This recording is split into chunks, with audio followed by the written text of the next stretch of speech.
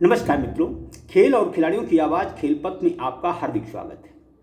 दोस्तों, मध्य प्रदेश सरकार खेलों में प्रदेश को नज़ीर बनाना चाहती है, लेकिन ये प्रदेश खेलों में नज़ीर कैसे बने, इस दिशा में सही प्रयास होते नहीं दिख रहे। प्रदेश सरकार खेल बजट का अधिकांश पैसा खेल एकेडमियों में खर्च कर रही है, जबकि प्राथमिक स्तर पर जहां ध्यान दिए जाने की जरूरत है, सरकार उस तरफ कतई ध्यान नहीं दे रही। स्कूल, कॉलेज, इन पर सरकार को ध्यान देना चाहिए, लेकिन स्कूल कॉलेजों के पास क्रीड़ांगनों का अभाव है, तो इससे इतर लंबे समय से शारीरिक शिक्षकों की जगहें नहीं निकलने से अधिकांश स्कूलों में शारीरिक शिक्षक हैं ही नहीं। ऐसा नहीं है कि प्रदेश में पढ़े लिखे युवा लोगों का अभाव हो, लेकिन ये युवा बीपीएड, डीपीएड, एमपीएड की डिग्री डिप्लोमा लिए घूम रहे हैं, क्योंकि सरकार ने लंबे समय से शारीरिक शिक्षकों की जगह ही नहीं निकाली है। यदि सरकार को शारीरिक शिक्षकों की जगह ही नहीं निकालनी, तो बीपीएड, डीपीएड, एमपीएड इन पाठ्यक्रमों का क्या महत्व रह जाता है। प्रदेश सरकार लंबे समय से सिर्फ बीपीएड, डीपीएड, एमपीएड डिग्री डिप्लोमाधारियों के लिए आश्वासन दे रही है, लेकिन यह आश्वासन चुनावी समय में अधिक नजर आते हैं। लगभग एक दशक से शारीरिक शिक्षकों की जगहें मध्य प्रदेश में नहीं निकली हैं। जो भी जगहें निकलती भी हैं, वह आउटसोर्सिंग के माध्यम से। खेल में मध्य प्रदेश आगे बढ़े, इसकी बातें तो होती हैं। प्रदेश के मुख्यमंत्री शिवराज सिंह चौहान ने 3 महीने पहले प्रशिक्षकों या संविदा कर्मचारियों के नियमितीकरण की बात कही थी, लेकिन समय गुजर गया। इस मामले में विधानसभा में कोई बातचीत नहीं हुई। क्या डिग्री डिप्लोमाधारियों की उपेक्षा करके प्रशिक्षकों को अंशकालिक या ठेका प्रथा से रखकर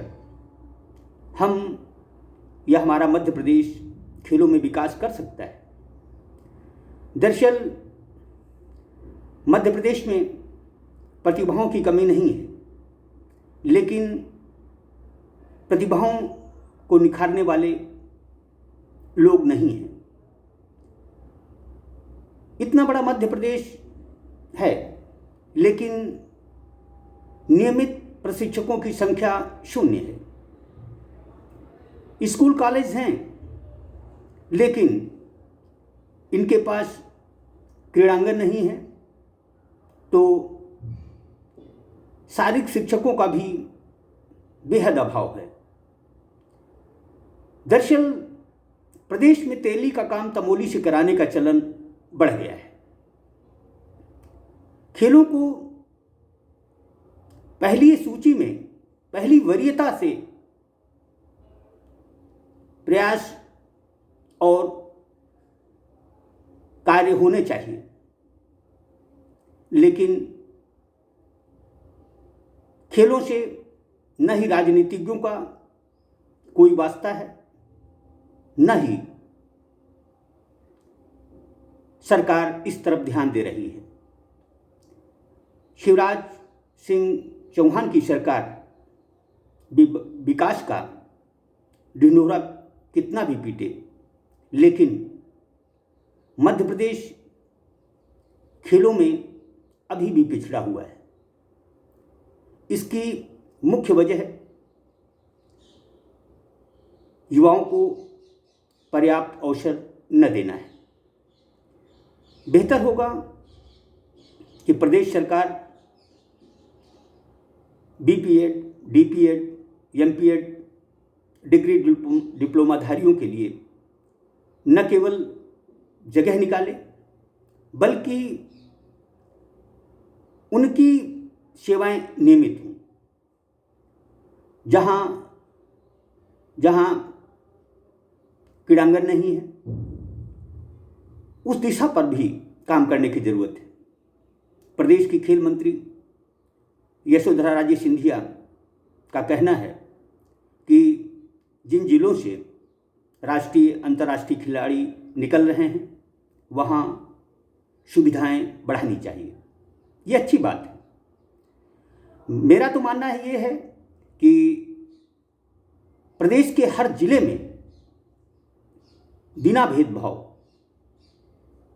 न केवल खेल अधोसंरचनाएं आबाद होनी चाहिए, बल्कि प्रशिक्षक और शारीरिक शिक्षक भी नियमित रखे जाने चाहिए।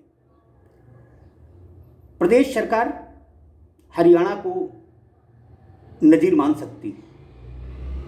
हरियाणा ने पिछले 1 साल में 450 नियमित प्रशिक्षक रखे हैं। उसने हर जिले में 20 से 25 खेल नर्सरियां खोलने का मन बनाया है। हरियाणा में 1100 खेल नर्सरियों में प्रतिदिन 25,000 से अधिक प्रतिभाएं प्रशिक्षण पाएंगी।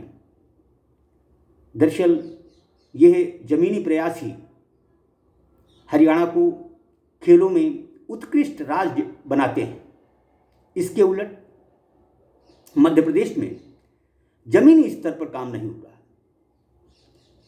खेल एकेडमियां खोली गई, ये अच्छी बात है, लेकिन इन एकेडमियों में बाहरी प्रशिक्षकों की सेवाएं ली जा रही हैं। बेहतर होता बाहरी प्रशिक्षक भी रखे जाएं, लेकिन प्रदेश के खेल प्रशिक्षकों को भी इसमें सेवा का अवसर मिले। इतना ही नहीं, यदि मध्य प्रदेश को एक विकसित, विकासशील या उत्कृष्ट खेल राज्य बनाना है, तो सरकार को